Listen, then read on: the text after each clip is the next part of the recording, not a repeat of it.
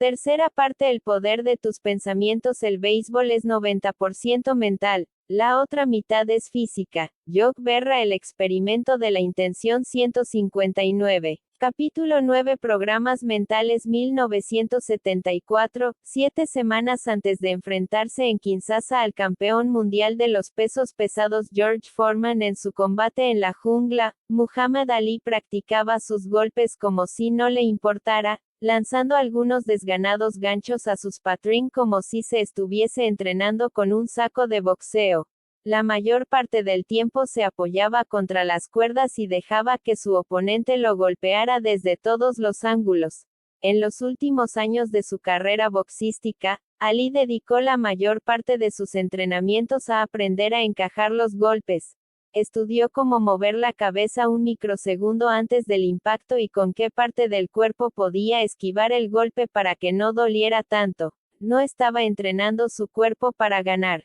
Estaba entrenando su mente para no perder, sobre todo en ese momento del 12º asalto en que uno cae víctima del cansancio y la mayoría de los boxeadores ya no aguantan más.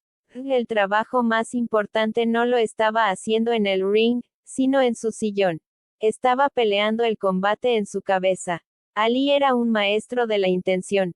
Desarrolló un conjunto de habilidades mentales que alteraron su desempeño en el ring. Antes de un combate, usaba todas las técnicas de automotivación existentes. Afirmaciones, visualizaciones, ensayos mentales, autoconfirmaciones y tal vez el más poderoso epigrama de valor personal jamás dicho. Soy el más grande. Ali también hacía declaraciones públicas de sus intenciones. Su constante aluvión de pequeños versos y poemitas, aparentemente tan inocuos, eran en el fondo intenciones disfrazadas. Archie Moore puede ser muy alto, pero besará la lona en el cuarto asalto. Clay lanza un derechazo, un golpe muy hermoso, y con ese guantazo derriba al pobre oso. Antes de un combate, Ali repetía estas pequeñas rimas como un mantra. A la prensa, a sus adversarios, incluso en el cuadrilátero. Hasta que él mismo las aceptaba como un hecho. Cuando se enfrentó a Ali en Kinshasa, Foreman era 7 años más joven que él y uno de los boxeadores más brutales que se han visto en el ring. Solo 2 meses antes había liquidado a Ken Norton con 5 golpes en la cabeza después de únicamente 2 asaltos. Sin embargo, en las semanas anteriores a la pelea, cuando los periodistas le preguntaban sobre el hecho de que las apuestas estuviesen 2-1 en su contra, Ali respondía lo siguiente: Foreman tiene una buena pegada, pero no el experimento de la intención 160. Sabe golpear, y se ponía a golpear el aire frente a la nariz del periodista. Foreman solo empuja a sus adversarios. Además, es muy lento, sus golpes tardan 1 año en llegar a su desuno. No estoy en absoluto preocupado. Esta va a ser la mayor sorpresa en la historia del boxeo. 2. La intención de Ali se convirtió en realidad en el combate de Kinshasa. También usó con maestría la intención para derrotar a Joe Frazier en las Filipinas ese mismo año, en la que tal vez fue la mayor exhibición de boxeo de todos los tiempos. Esta vez, Ali creó un muñeco de vudú. Convirtió a su feroz oponente en un pequeño gorila de goma que llevaba consigo en el bolsillo de su chaqueta y al que lanzaba algún que otro golpe frente a las cámaras de televisión. Va a ser una maravilla cuando acabe con el gorila en Manila. Cuando Frazier entró en el ring, Cento Circunflejo ya había sido reducido en la mente de Ali a algo menos que humano. Además de estas intenciones verbalizadas, Ali llevaba a cabo intenciones mentales ensayando cada momento del combate en su cabeza. La fatiga de sus piernas, su cuerpo cubierto de sudor, el dolor en los riñones, las magulladuras de su rostro, el flash de los fotógrafos, los gritos exultantes del público, incluso el momento en que el árbitro levanta su brazo como vencedor del combate contra Frazier.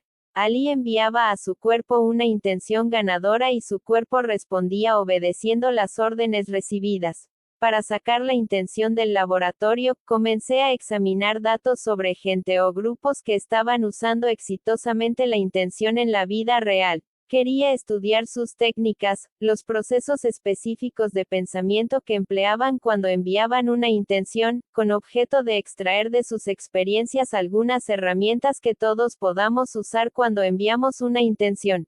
También me interesaba la extensión de su alcance mental, qué lejos había sido capaz la gente de llevar sus intenciones. Los ejemplos más instructivos provenían de los deportes, y no solo de los mayores deportistas de todos los tiempos, sino también de otros de élite.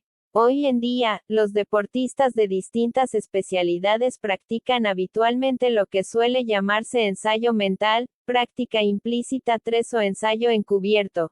La intención focalizada es considerada esencial para alterar o mejorar el desempeño deportivo. Los nadadores, patinadores, halterofilistas y jugadores de fútbol emplean la intención para mejorar su rendimiento y su consistencia. La intención se usa incluso en deportes de ocio, como el golf o el montañismo. Todos los entrenadores modernos de deportes competitivos suelen ofrecer adiestramiento en algún DPO de ensayo mental, el cual es considerado el elemento decisivo que separa al deportista de élite del deportista de segunda división. Los jugadores de fútbol de primera división, por ejemplo, tienen más el experimento de la intención 161 probabilidades de usar la visualización que los jugadores de categorías inferiores. 4. Prácticamente todos los deportistas del equipo olímpico canadiense emplean algún tipo de visualización mental. El psicólogo Allan Paivio, profesor emérito de la Universidad de Western Ontario, fue el primero en proponer que el cerebro usa un código dual para procesar simultáneamente la información verbal y no verbal. La práctica mental ha demostrado funcionar tan bien como la práctica física para las pautas y la sincronización. 6. El modelo de Paivio ha sido adaptado para ayudar a los deportistas en su motivación, o para aprender o mejorar una determinada habilidad. 7. Las técnicas del ensayo mental han sido estudiadas y comentadas exhaustivamente en la literatura científica y de divulgación. 8. Y su credibilidad aumentó aún más en 1990, cuando la Academia Nacional de Ciencias examinó todos los estudios científicos realizados hasta la fecha y los declaró eficaces. FJ. Ensayo mental deportivo ha sido erróneamente considerado sinónimo de visualización. La visualización implica que uno se está observando a sí mismo en la situación, como si estuviera viendo un vídeo de uno mismo o a sí mismo a través de los ojos de otra persona. Aunque esto puede resultar útil en otras áreas de la vida, visualizarse a uno mismo en un deporte desde una perspectiva externa puede incluso obstaculizar el desempeño deportivo. El ensayo mental también es distinto al pensamiento positivo. Los pensamientos positivos por sí solos no funcionan en los deportes de competición. 10. El ensayo mental más exitoso consiste en imaginar el evento deportivo desde la perspectiva del deportista, como si estuviese realmente compitiendo. Equivale a una prueba mental. Ali imaginando el momento en que su puño conecta con el ojo izquierdo de Frazier. El deportista imagina detalladamente el futuro en su devenir. Los campeones ensayan con antelación cada aspecto de la situación, y los pasos que deberían dar para superar cualquier obstáculo. Tracy Kaulkin usó la intención para ganar una tercera medalla de oro en las Olimpiadas de 1984. Kaulkin ya había roto 5 récords mundiales y 63 récords de los Estados Unidos, y con solo 23 años era considerada la mejor nadadora estadounidense de todos los tiempos. Todo lo que necesitaba para completar su estantería de trofeos era ganar algunas medallas de oro olímpicas. En esa época, los paneles de control electrónicos acababan de sustituir a los cronómetros. Mientras que el cronómetro solo podía medir diferencias de centésimas de segundo, la nueva tecnología electrónica era capaz de detectar una diferencia de una milésima de segundo, 400 veces más rápido que el parpadeo de un ojo. En los Juegos Olímpicos, los nadadores de relevos tienen 2 centésimas de segundo de gracia para tomar la salida antes de que su anterior compañero de equipo toque el panel. Esta sincronización es crucial. Incluso una capa menos de pintura en un lado de la piscina puede hacer que sea el experimento de la intención 162. Tarde una milésima más de segundo en nadar esa determinada calle y dar ventaja a otro nadador. Durante la prueba de relevos de 400 metros, Tracy tomó la delantera al zambullirse una centésima de segundo antes de que su compañera de equipo tocara el panel de control. Aunque todas sus competidoras estaban al mismo nivel en lo que a forma física se refiere, Calkin tenía una gran ventaja. Ya conocía cada momento de su recorrido, desde la zambullida hasta el instante en que tomaría la delantera. Cada noche, en su mente, Tracy había ensayado esa minúscula ventaja, ese preciso momento en que tomaría la salida una centésima de segundo antes que sus rivales. El desenlace de la prueba olímpica de relevos dependía enteramente de la especificidad de su intención. Los deportistas más exitosos dividen sus actuaciones en pequeños componentes y trabajan para mejorar determinados aspectos. Para dominar su especialidad, imaginan una actuación perfecta.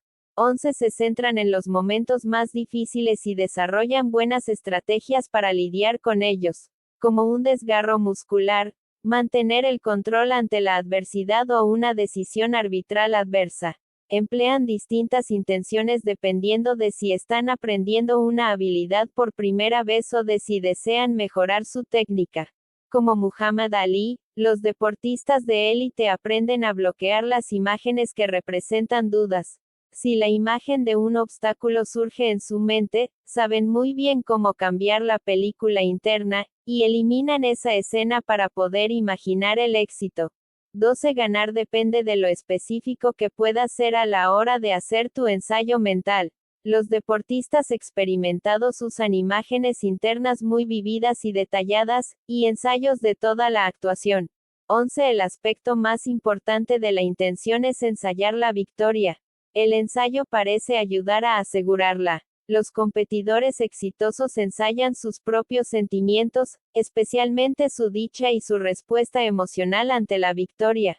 Las reacciones de sus familiares, los premios o las medallas, la celebración después de la competición y las recompensas derivadas, como los patrocinios. 14 Imaginan que el público los está ovacionando solo a ellos. Los deportistas experimentados utilizan todos sus sentidos en sus ensayos mentales. No solo tienen una imagen interna del evento futuro, sino que lo sienten, lo escuchan, lo huelen, lo saborean, el ambiente, los competidores, el sudor de sus cuerpos, los aplausos. Las más importantes de todas las sensaciones parecen ser las kinestésicas. Cuanta más experiencia tiene un deportista, mejor sabe imaginar las sensaciones de su cuerpo cuando está compitiendo. 16 Los campeones de remo tienen más éxito cuando pueden sentir con antelación cada aspecto de la carrera, desde la resistencia del agua hasta la tensión de sus músculos. 17 El experimento de la intención 163. Algunos deportistas sienten que es útil estudiar primero el escenario donde tendrá lugar la competición y luego imaginarse a sí mismos en ese lugar. Aquellos que pueden combinar el conocimiento del lugar con los ensayos mentales suelen tener más éxito que aquellos que solo usan los ensayos mentales. 18 Rocky Blair, exjugador de los Pittsburgh Steelers, usó la intención para ayudar a su equipo a ganar el Super Bowl. Su técnica consistía en saturar su mente con los detalles de determinadas jugadas. Realizaba sus ensayos mentales por las mañanas, antes del desayuno y luego antes de dormirse, todos los días durante las 2 semanas previas al partido. También le gustaba repasar mentalmente todos los movimientos una vez más justo antes de que comenzara el partido. Mientras estaba sentado en el banquillo, ensayaba de nuevo unas 30 carreras y unos 30 pases. Sucediera lo que sucediese ese día, él iba a estar preparado. 1. Las técnicas difieren de un deporte a otro. Los ensayos mentales que funcionan mejor en los deportes que exigen capacidad aeróbica y movimientos rápidos y coordinados no suelen funcionar en los de fuerza. Los halterofilistas tienen más éxito después de haber realizado una intención mental que los impulsa a levantar objetos increíblemente pesados. 20. La sabiduría convencional cree que el mejor estado para el desempeño deportivo es uno de relajación, pero según he comprobado con los maestros de la intención, un estado relajado no es necesariamente de mejor. En un estudio sobre el karate, el uso de técnicas de relajación antes de realizar las intenciones no mejoró el desempeño. 21. Solo fue útil cuando los participantes estaban nerviosos y necesitaban calmarse para poder mejorar su cometido. 22.23 La relajación y la hipnosis usadas en combinación con la intención han funcionado para, por ejemplo, mejorar la puntería en el baloncesto o la precisión en el golf. Pero al igual que los budistas de Davidson, los deportistas más exitosos consiguen alcanzar un estado de máxima intensidad, un estado de tranquila hiperconciencia. Pero ¿cómo puede el simple hecho de pensar en una actuación afectar a la actuación real? Las investigaciones sobre el cerebro con la electromiografía EMG nos dan algunas pistas. La EMG proporciona una instantánea en tiempo real de las instrucciones del cerebro al cuerpo, cuando y dónde el cerebro dice al cuerpo que se mueva, registrando cada impulso eléctrico enviado por las neuronas motoras a determinados músculos para producir una contracción. Generalmente, la EMG es usada para ayudar a los médicos a diagnosticar las enfermedades neuromusculares y a comprobar si los músculos responden adecuadamente a la estimulación.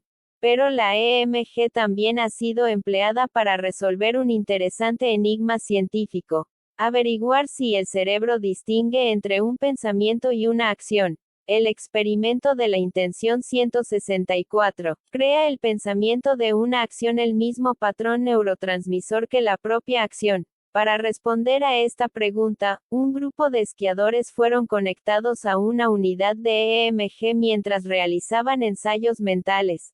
Durante el tiempo en que los esquiadores estuvieron ensayando sus descensos, los impulsos eléctricos hacia sus músculos fueron exactamente iguales a los que se producían cuando ejecutaban realmente la prueba. 24. El cerebro enviaba las mismas instrucciones al cuerpo, tanto si el movimiento era imaginario como si era real. Las investigaciones con EEG han mostrado que la actividad eléctrica producida por el cerebro es idéntica tanto si estamos pensando en hacer algo como si estamos realmente haciéndolo. En los halterofilistas, por ejemplo, los patrones EEG del cerebro que serían activados para producir las habilidades motoras reales son activados cuando la habilidad se está simplemente simulando en la mente. 2. El mero pensamiento es suficiente para producir las instrucciones neurales necesarias para llevar a cabo el acto físico. Basándose en estas investigaciones, los científicos han presentado algunas interesantes teorías sobre cómo funciona el ensayo mental. Una escuela de pensamiento propone que los ensayos mentales crean los patrones neurales necesarios para la situación real. Como si el cerebro fuese simplemente otro músculo, estos ensayos le enseñan a realizar los movimientos con más facilidad durante la actuación real.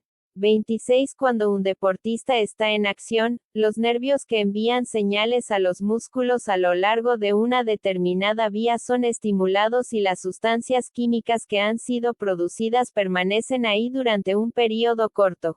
Cualquier estimulación futura a lo largo de la misma vía es facilitada por los efectos residuales de las conexiones anteriores. Mejoramos en las tareas físicas porque las vías de señalización para pasar de la intención a la acción ya han sido creadas. Es algo parecido a una vía de tren que atraviesa tierras salvajes e inhóspitas. El desempeño futuro mejora porque tu cerebro conoce el camino y sigue la vía que ya ha sido instalada. Como el cerebro no distingue entre hacer algo determinado y simplemente pensar en hacerlo, los ensayos mentales son tan buenos para crear una vía como la práctica física. Los nervios y los músculos crean una vía tan sólida como la creada mediante la práctica repetida. Sin embargo, hay algunas diferencias importantes entre la práctica física y la mental. Con la primera, cuando practicas demasiado, te cansas, y el cansancio causa interferencias eléctricas y bloqueos en las vías. Con la intención mental nunca se producen bloqueos, no importa lo mucho que practiques en tu cabeza. La otra diferencia se refiere al tamaño del efecto. El patrón neuromuscular creado por la práctica mental puede ser levemente más pequeño que el de la física. Aunque ambos tipos de práctica crean los mismos patrones musculares, las actuaciones imaginarias tienen una magnitud menor. 2. El experimento de la intención 165. Para producir algún beneficio, los ensayos mentales han de reproducir la situación real, a velocidad normal, aunque podría parecer lógico que un ensayo funcionara mejor a cámara lenta, prestando una atención especial a determinados movimientos. Esto no ha sido confirmado por las investigaciones. Cuando los esquiadores monitorizados con EMG imaginaron su actuación a cámara lenta, produjeron un patrón muscular de respuesta disjunto al originado por la realización de la actividad a velocidad normal. De hecho, la actividad cerebromuscular al ensayar la actividad a cámara lenta es idéntica al patrón cerebromuscular que se produce cuando se esquía realmente en cámara lenta. Esto coincide con lo que los científicos saben de los patrones neurales implicados en los movimientos a cámara lenta, en comparación con los realizados a velocidades normales. La misma tarea en cámara lenta ocasiona patrones neuromusculares totalmente distintos a los que tienen lugar cuando la tarea se lleva a cabo a velocidad normal. 28. No existe nada parecido al entrenamiento cruzado en los ensayos mentales. La intención solo sirve para el tipo de especialidad deportiva que se está ensayando mentalmente y no es transferible a otros deportes, ni siquiera a aquellos en que se ejercitan los mismos grupos musculares. Esto quedó patente en un fascinante estudio realizado con velocistas. Los investigadores dividieron a los corredores en 4 grupos y pidieron a los miembros de cada uno de ellos que siguiesen uno de los 4 tipos de preparación siguientes. Imaginarse en un sprint de 40 metros, realizar un entrenamiento de potencia en una bicicleta estática, combinar la visualización con el entrenamiento de potencia o, en el caso del grupo de control, no hacer nada en absoluto. Después de 6 semanas de entrenamiento, los deportistas realizaron 2 pruebas. Pedalear lo más rápido posible mientras su esfuerzo era registrado por un cicloergómetro que mide la potencia del pedaleo, y correr un sprint de 40 metros. Las 2 actividades requieren más o menos idéntica capacidad motora y trabajan los mismos músculos de las piernas. En la prueba de ciclismo, los deportistas que presentaron mejoras fueron los que habían realizado únicamente el entrenamiento de potencia. Sin embargo, en el caso del sprint, los únicos deportistas que mejoraron fueron los que lo habían practicado mentalmente. La visualización detallada mejoró únicamente aquella tarea específica que había sido imaginada. No sirvió para el desarrollo muscular general. El entrenamiento neuromotor era altamente específico y afectaba tan solo a la acción visualizada en la mente. 29. Además de mejorar el desempeño deportivo, la intención mental puede producir cambios fisiológicos reales, y no solo en los cuerpos de los deportistas. Wang Yue, psicólogo deportivo de la Fundación de la Clínica Cleveland, en Ohio, efectuó investigaciones en las que comparaba a los participantes que iban al gimnasio con los que realizaban una sesión de pesas virtual en su cabeza.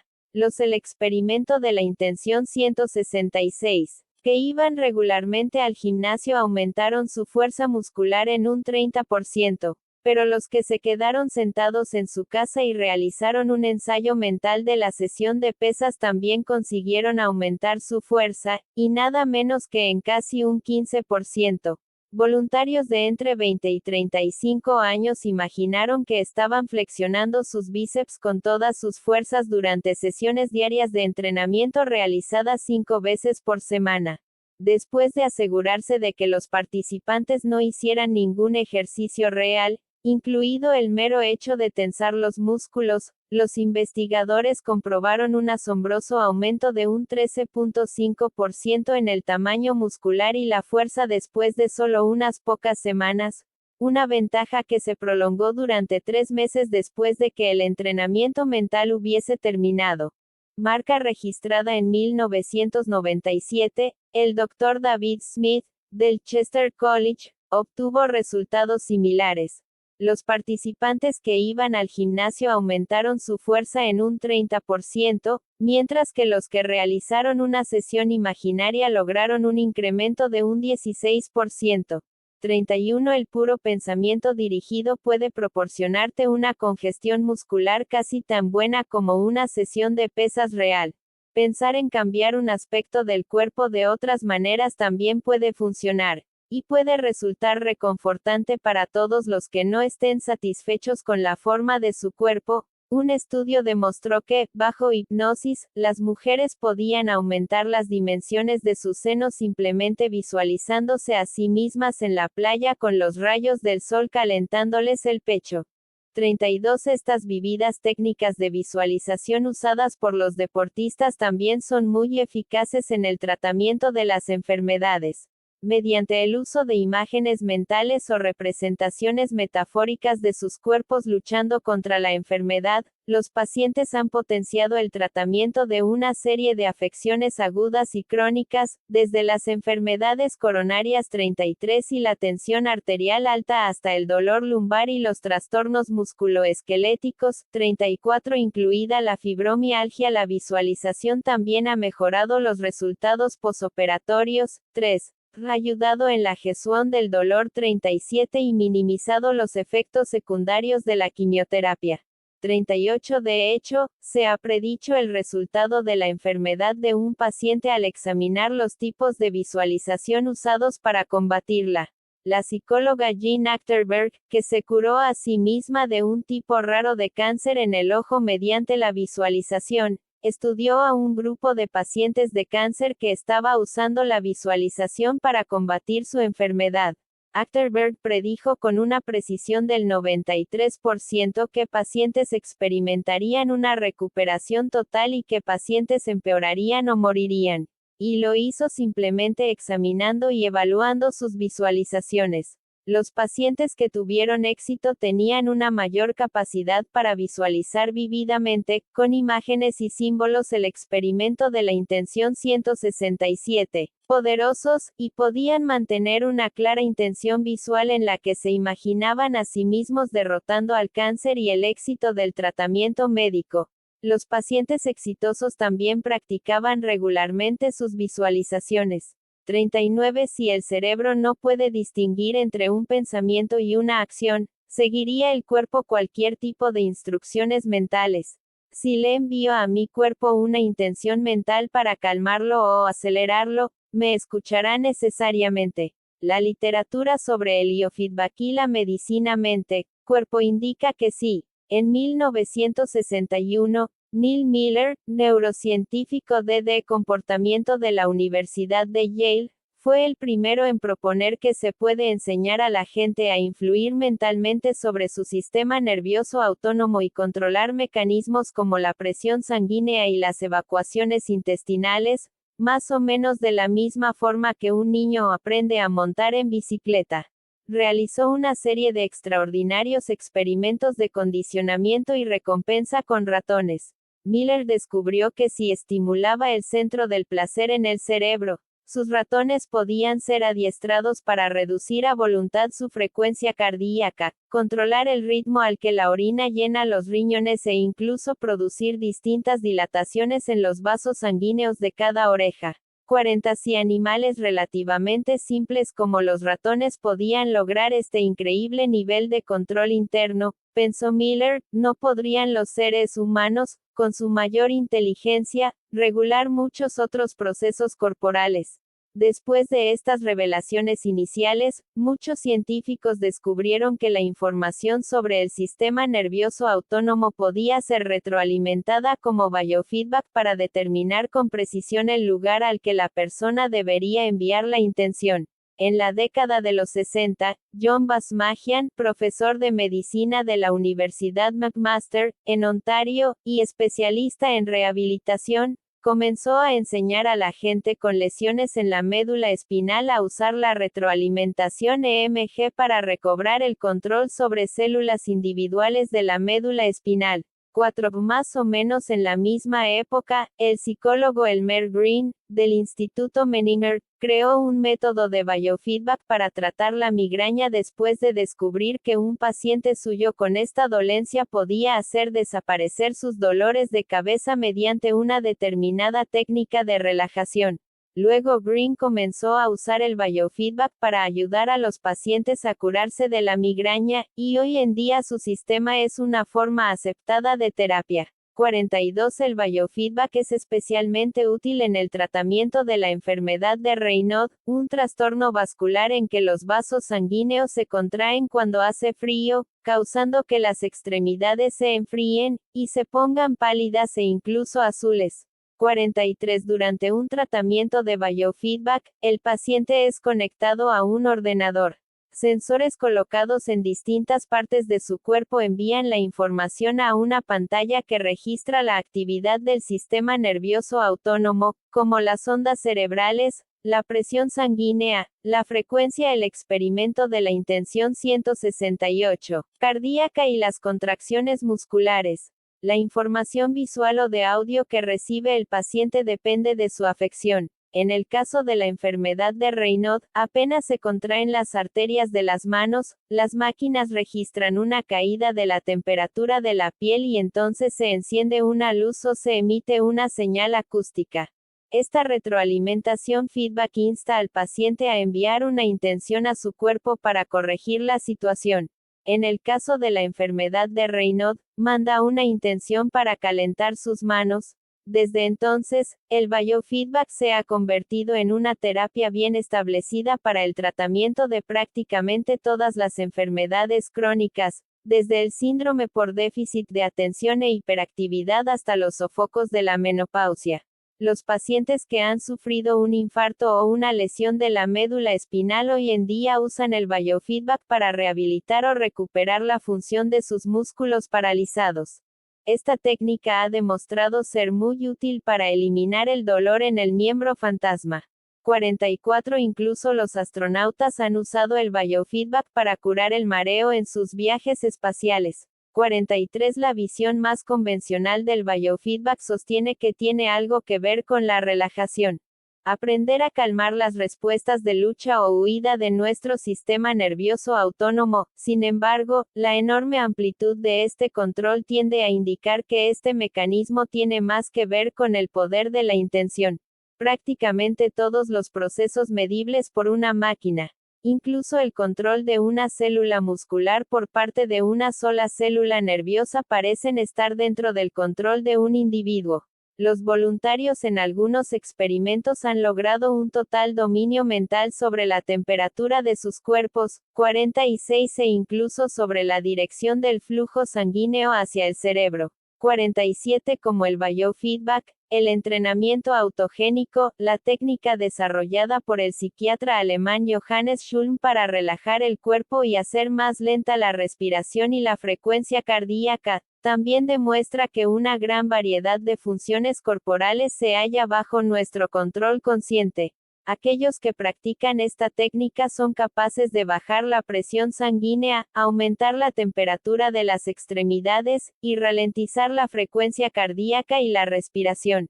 El entrenamiento autogénico también ha sido usado para tratar muchos trastornos crónicos además del estrés, como el asma, la gastritis, las úlceras, la presión sanguínea alta y los problemas de la tiroides. 48. Incluso hay pruebas de que puede funcionar eficazmente en grupos.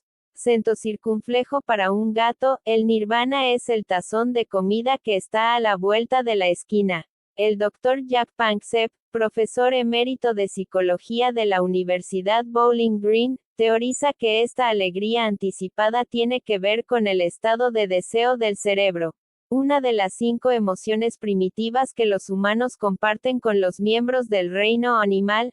0. El deseo ayuda a los animales a investigar y descifrar el significado de su entorno. Los circuitos del deseo están plenamente activados cuando un animal está en el experimento de la intención 169, experimentando anticipación, interés o curiosidad. Panksepp se sorprendió al descubrir que la parte emocionalmente más atrayente para el animal es la caza y no la captura. 51 Cuando los animales sienten curiosidad, el hipotálamo se activa y se produce dopamina, un neurotransmisor que produce una sensación de bienestar. Los científicos solían creer que era la sustancia en sí la que producía el placer, hasta que se descubrió que el verdadero propósito de la sustancia es el de activar una determinada vía neural.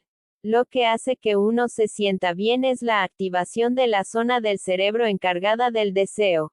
Hace 40 años, Barry Sterman, profesor emérito de los departamentos de neurobiología y psiquiatría del comportamiento biológico de la Universidad de California, en Los Ángeles, descubrió accidentalmente que esta emoción anticipadora ponía a los gatos en un estado meditativo. Sus cerebros se ralentizaban hasta alcanzar un ritmo EEG de 13 hercios que corresponde a las frecuencias alfa en los humanos cuando estaban a punto de recibir su recompensa. 52 Finalmente, consiguió que los gatos recrearan este estado a voluntad, y no simplemente cuando estaban a la espera de comida. Esto significaba que los animales podían controlar sus propias ondas cerebrales. Pero ¿podría un ser humano hacer lo mismo? Para comprobarlo, Sterman necesitaba hacer una prueba con alguien cuyas ondas cerebrales estuviesen en niveles tan fuera de lo normal que cualquier cambio se notaría inmediatamente. Encontró una mujer con ataques de epilepsia periódicos causados por la producción de ondas cerebrales theta en momentos inadecuados. Sterman construyó una máquina de biofeedback EEG que encendiera una luz roja cuando surgiera una onda theta v una luz verde durante los estados alfa. Después de un rato, su paciente fue capaz de cambiar su estado a voluntad, y reducir la cantidad y la intensidad de sus ataques epilépticos. Sterman dedicó los 10 años siguientes de su vida a estudiar a los epilépticos y a enseñarles cómo podían reducir la intensidad de sus propios ataques. En la década de los 80, dos psicólogos estadounidenses, Eugene Peniston y Paul Kulkowski, utilizaron los resultados de Sterman para reformar a los alcohólicos. Conectados a sus aparatos de biofeedback, los alcohólicos se concentraron en disminuir la cantidad de ondas cerebrales beta, que tienden a predominar cuando sientes ansias de beber, y en aumentar las ondas alfa y theta, que te ayudan a relajarte y a hacer más coherentes tus ondas cerebrales. Un 80% de los alcohólicos fueron capaces de controlar sus ansias y mantenerse alejados del alcohol. El adiestramiento también parecía afectar a la composición química de la sangre, ya que aumentaba los niveles de beta, endorfinas, otra sustancia química cerebral que produce una sensación de bienestar. El biofeedback, en conjunción con una terapia de autoestima, acabó eliminando el experimento de la intención 170, mayor parte de su comportamiento disfuncional y los convirtió en mejores personas. 54 Joe Camilla, psicólogo de la Universidad de Chicago, demostró la asombrosa especificidad del biofeedback de las ondas cerebrales mediante unas extraordinarias investigaciones sobre el cerebro. Conectó unos electrodos EBG a la parte posterior del cráneo de varios voluntarios, la zona del cerebro en que las ondas cerebrales son más prominentes. Cuando se producía una señal sonora, los participantes tenían que adivinar si sus ondas cerebrales eran predominantemente alfa. Después de comparar sus respuestas con la información registrada por las máquinas EEG, Camilla les hizo saber si tenían razón o se habían equivocado. Al segundo día, uno de los participantes fue capaz de acertar un 66% de las veces, y 2 días después, pudo hacerlo prácticamente todo el tiempo. Otro participante descubrió una forma de entrar a voluntad en un determinado estado de ondas cerebrales. El biofeedback EBG se ha convertido hoy en día en un sofisticado medio para controlar el tipo de frecuencias emitidas por el cerebro. Funciona especialmente bien con los pacientes de traumas que tienen depresión. 6 Ayuda a los estudiantes a concentrarse y aumenta la creatividad. Es muy posible que, onda a onda, podamos usar la intención para controlar el cerebro. La hipnosis es también un tipo de intención, una instrucción dirigida al cerebro durante un estado alterado de conciencia. Los hipnotizadores demuestran continuamente que el cerebro o el cuerpo es afectado por el poder del pensamiento dirigido. Un pequeño grupo de gente con una misteriosa enfermedad congénita de la piel llamada eritroderma ictiosiforme nos proporciona un impresionante ejemplo del poder de la sugestión mental. En un experimento, 5 pacientes fueron hipnotizados y se les pidió que se concentraran en una parte de su cuerpo y visualizaran que su piel había vuelto a su estado normal. Después de solo unas pocas semanas, el 80% de la superficie del cuerpo de los pacientes se había curado por completo. La piel quedó lisa y limpia 7 por medio de la intención hipnótica. Los pacientes que se van a someter a una cirugía de la médula espinal han reducido su pérdida de sangre en casi un 50% simplemente alejando el flujo sanguíneo de la zona que se iba a operar. 58 Las mujeres embarazadas han podido modificar la posición podálica del feto, las víctimas de quemaduras han acelerado su cicatrización y la gente con hemorragias en el tracto gastrointestinal ha controlado la hemorragia. Centro circunflejo está claro que durante un estado alterado de conciencia, un estado similar al de la intensa meditación, el pensamiento consciente puede convencer al cuerpo para que resista el dolor, cure muchas enfermedades graves y modifique prácticamente cualquier dolencia. El experimento de la intención 171. El Dr. Ángel Escudero, cirujano de Valencia, España, ha realizado más de 900 complejas cirugías sin anestesia. Las cámaras de la BBC entraron en su quirófano y filmaron a una mujer a la que estaba operando sin anestesia. Todo lo que tuvo que hacer fue mantener la boca llena de saliva y repetir continuamente, mi pierna está anestesiada. Una afirmación como esta es otra forma de intención. Una boca seca es una de las primeras señales de advertencia enviadas por la mente. Cuando la boca está bien lubricada, el cerebro se relaja, da por hecho que todo está bien y desactiva sus receptores del dolor, seguro de que se ha administrado un anestésico. Un fascinante estudio realizado por David Spiegel, profesor de Psiquiatría y Ciencias del Comportamiento de la Universidad de Stanford, nos da una idea de lo que le sucede al cerebro cuando se envía una intención en un estado de hipnosis. Se mostró a los participantes un cuadro con rectángulos de colores, parecido a un Mondrian, y se les pidió que imaginaran que el color desaparecía del cuadro, dejando solo el blanco y el negro. Mediante el uso de tomografías por emisión de positrones, que registran la actividad física del cerebro, Spiegel mostró que el flujo sanguíneo y la actividad disminuían sensiblemente en la parte del cerebro encargada de la percepción del color, mientras que las zonas que procesan las imágenes blancas, negras y grises eran estimuladas.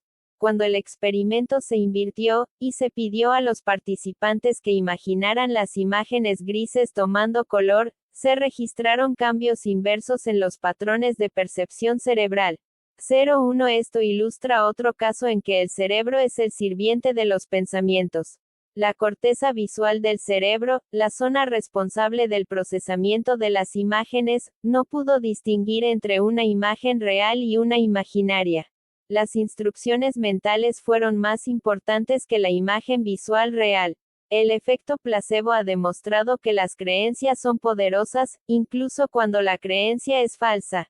El placebo es una forma de intención, en este caso, un truco de la intención. Cuando un médico da a un paciente un placebo, o una píldora de azúcar, está contando con la creencia del paciente de que el medicamento va a funcionar. El hecho de que una creencia en un placebo produzca los mismos efectos fisiológicos que un agente activo es algo que está bien documentado, hasta tal punto que esto causa grandes problemas a la industria farmacéutica a la hora de diseñar las pruebas para los medicamentos. Hay tantos pacientes que presentan el mismo alivio y los mismos efectos secundarios con un placebo que con el propio medicamento que el placebo no puede funcionar como un verdadero control. Nuestros cuerpos no distinguen entre un proceso químico y el pensamiento de un proceso químico. De hecho, en un reciente análisis de 46.000 pacientes con problemas de corazón, la mitad de los cuales estaba tomando un placebo, se dio un resultado asombroso. A los que tomaron el placebo les fue igual de bien que a los que tomaron el medicamento. El experimento de la intención 172. Para el corazón. El único factor que determinaba la supervivencia parecía ser la creencia de que la terapia fuera a funcionar y una voluntad para seguirla religiosamente. A los que siguieron al pie de la letra las órdenes del médico de ingerir sus pastillas 3 veces al día les fue igual de bien tanto si tomaron el medicamento auténtico como una simple píldora de azúcar. Los pacientes con peor tasa de supervivencia fueron aquellos que habían sido poco estrictos con su régimen, independientemente de que tomaran el placebo o el medicamento. 62. El poder del placebo quedó claramente demostrado en un estudio realizado con pacientes que tenían la enfermedad de Parkinson, un trastorno del sistema motor en que falla el sistema corporal que libera el neurotransmisor dopamina. El tratamiento normal de esta enfermedad consiste en la administración de una forma sintética de dopamina. En un estudio realizado por la Universidad de British Columbia, un equipo de médicos demostró mediante una tomografía por emisión de positrones que cuando a los pacientes a los que se había dado un placebo se les decía que habían recibido dopamina, sus cerebros aumentaban sustancialmente la liberación de este neurotransmisor. 63. En otro impresionante ejemplo, el Dr. Bruce Moseley, especialista en cirugía ortopédica del Hospital Metodista de Houston, reclutó a 150 pacientes con osteoartritis severa de la rodilla y los dividió en 3 grupos. 2/3 fueron sometidos a o bien una artroscopia de limpieza o a otra forma de desbridamiento. Al tercer grupo se le realizó un simulacro de cirugía.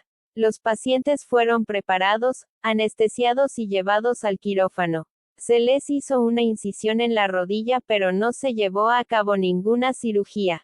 A lo largo de los 2 años siguientes, durante los cuales ninguno de los pacientes supo quién había recibido el tratamiento de placebo y quién había sido operado, los 3 grupos afirmaron haber experimentado una leve mejoría tanto en la función como en el dolor. De hecho, el grupo del placebo obtuvo mejores resultados que algunas personas que habían sido operadas. 64. La expectativa mental de la curación fue suficiente para activar los mecanismos curativos del cuerpo. La intención, suscitada por la expectativa de una operación exitosa, produjo el cambio físico. Casos extremos de intención y expectativa también pueden manifestarse físicamente. El fenómeno de los estigmas, en los que el fervor religioso produce sangre, magulladuras, o heridas en las manos, pies o costados que semejan las heridas de Cristo durante su crucifixión, son una forma de intención. La Asociación para el Estudio Científico de los Fenómenos Anómalos ha registrado al menos 350 casos de estigmas debidos a la identificación con Cristo. Stanley Krippner, psicólogo de la Universidad Saybrook, y sus colegas presenciaron esto de primera mano con el médium brasileño Amir Amiden. Apenas la conversación tocó el tema de Jesucristo, aparecieron manchas rojas y gotas del experimento de la intención 173. Sangre en el dorso y en la palma de las manos de Amiden, y también en su frente. 5. Durante las 3 semanas anteriores al domingo de Pascua, se produjo una situación similar con una niña negra perteneciente a la religión bautista a la que había conmovido profundamente una película sobre la crucifixión y que había quedado muy preocupada por el sufrimiento de Cristo. La palma de su mano izquierda sangraba entre 2 y 6 veces al día. 66. Krippner conocía también a 3 anglicanos que desarrollaban estigmas regularmente. 67. Los casos de curaciones espontáneas son un ejemplo de extrema intención que revierte un proceso de muerte casi segura. La gente que sufre lo que se considera una enfermedad terminal desafía la descripción oficial del avance de su enfermedad y el pronóstico de sus médicos, y consigue derrotarla prácticamente de la noche a la mañana, sin la ayuda de los medios de la medicina moderna. El Instituto de Ciencias Noéticas ha recopilado todos los casos científicamente registrados de las llamadas curaciones milagrosas. 68. Aunque la opinión generalizada es que estos casos son poco comunes, un examen de la literatura médica resulta instructivo. 1 de cada 8 cánceres de piel se cura espontáneamente, y lo mismo sucede con casi 1 de cada 5 cánceres genitourinarios. Prácticamente, en todas las enfermedades, incluida la diabetes, la enfermedad de Addison y la aterosclerosis, en las que supuestamente han quedado irreparablemente dañados órganos o partes vitales, se han dado casos de curaciones espontáneas. 69 También hay algunas investigaciones sobre pacientes terminales de cáncer que con muy poca o ninguna intervención médica acaban superando las expectativas. Aunque estos casos son considerados ejemplos de remisión espontánea, como si la enfermedad hubiese decidido de repente esconderse pero pudiese volver a atacar en cualquier momento, en muchos casos representan otro ejemplo de la capacidad de autocorrección del cuerpo mediante el poder de la intención. Los casos de remisión espontánea presentan una situación en que la gente se enfrenta a un gran obstáculo en su vida. Estrés crónico, trauma no resuelto, hostilidad prolongada, aislamiento, profunda insatisfacción o callada desesperación. 70 Estos casos presentan a gente que ha perdido el papel de protagonista en el propio drama de su vida. 71 Muchos casos de remisión espontánea parecen suceder después de que la persona sufre un profundo cambio psicológico, y recrea su vida para que tenga sentido y sea provechosa. En estos casos, el paciente se libera de la fuente de su malestar psicológico. 72 Y se responsabiliza plenamente de su enfermedad y de su tratamiento. 73 Esto parece sugerir que algunas personas caen enfermas porque pierden toda esperanza de que la vida pueda ser buena algún día. Es decir, caen enfermas porque tienen los pensamientos erróneos. Estos casos de remisión. El experimento de la intención 174. Espontánea me sugieren que los pensamientos casuales que fluyen por nuestra mente cada día se convierten en nuestra intención de vida. Podemos usar la intención para controlar prácticamente cualquier proceso corporal y tal vez incluso las enfermedades que ponen en peligro la vida. Pero ¿pueden nuestros pensamientos sobre los demás ser tan potentes como aquellos sobre nosotros mismos? El psicólogo William Braud es uno de los pocos científicos que han examinado este tema. Braud reunió a un grupo de voluntarios y les pidió que realizaran un biofeedback entre ellos. Después de emparejar a los componentes del grupo, conectó a un miembro de cada pareja a una máquina de biofeedback, y luego pidió al otro miembro que respondiera a los resultados y llevara a cabo el envío de instrucciones mentales. Según las pruebas de Braud, los resultados eran equivalentes a los que se producían cuando los pacientes usaban el biofeedback con sus propios cuerpos. Las buenas intenciones de otro hacia ti pueden ser tan poderosas como las tuyas propias. 74 Los otros estudios de Braud también sugieren que cuanto más ordenados sean nuestros pensamientos, más podremos influir sobre los de los demás para hacerlos también más ordenados. Por ejemplo, en sus experimentos, la gente tranquila fue la que más éxito tuvo a la hora de enviar influencia mental para calmar a la nerviosa, y la gente con buena capacidad de concentración fue la que más ayudó a concentrarse a la distraída. 75 Trabajo de Braud también sugiere que los mayores efectos se producen cuando la persona está más necesitada de ayuda.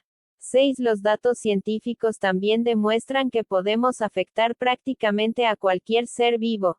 La gran cantidad de datos sobre la curación reunidos por el Dr. Daniel Benor muestra que los pensamientos pueden ejercer un poderoso efecto sobre variedad de plantas, semillas, organismos unicelulares como las bacterias, hongos, insectos y otros pequeños animales.